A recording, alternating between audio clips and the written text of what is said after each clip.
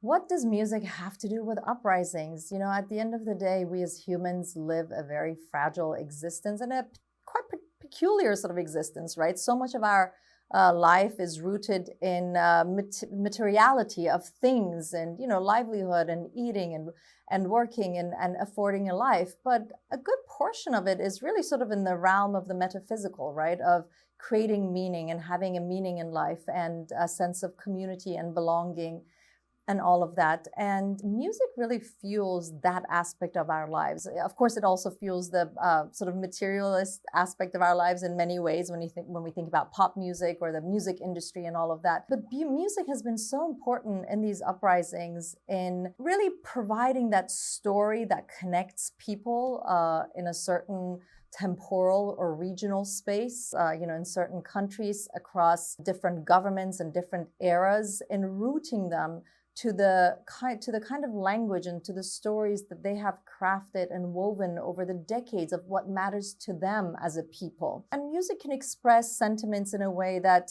other forms of culture production really can't. It's also accessible in a way that others aren't. So music has just been important in uniting people, perfect strangers, over certain discourse. Emil Durkheim has a term for that: collective effervescence, where people can come together and all of a sudden have this feeling of uniting over certain sentiments. Or Michael Warner, for example, talks about discourses that are able to unite perfect strangers into a public. Music has that fine-tuned quality that allows for that, not only in its lyrics and in its sentiments, but also in the way in which music can be interpreted in a range of ways, right? It has that openness or that possibility for ambiguity, so that people very much can interpret themselves into music and come away with potentially slightly different interpretations. But at the end of the day, the quests are the same. So, I don't think you could imagine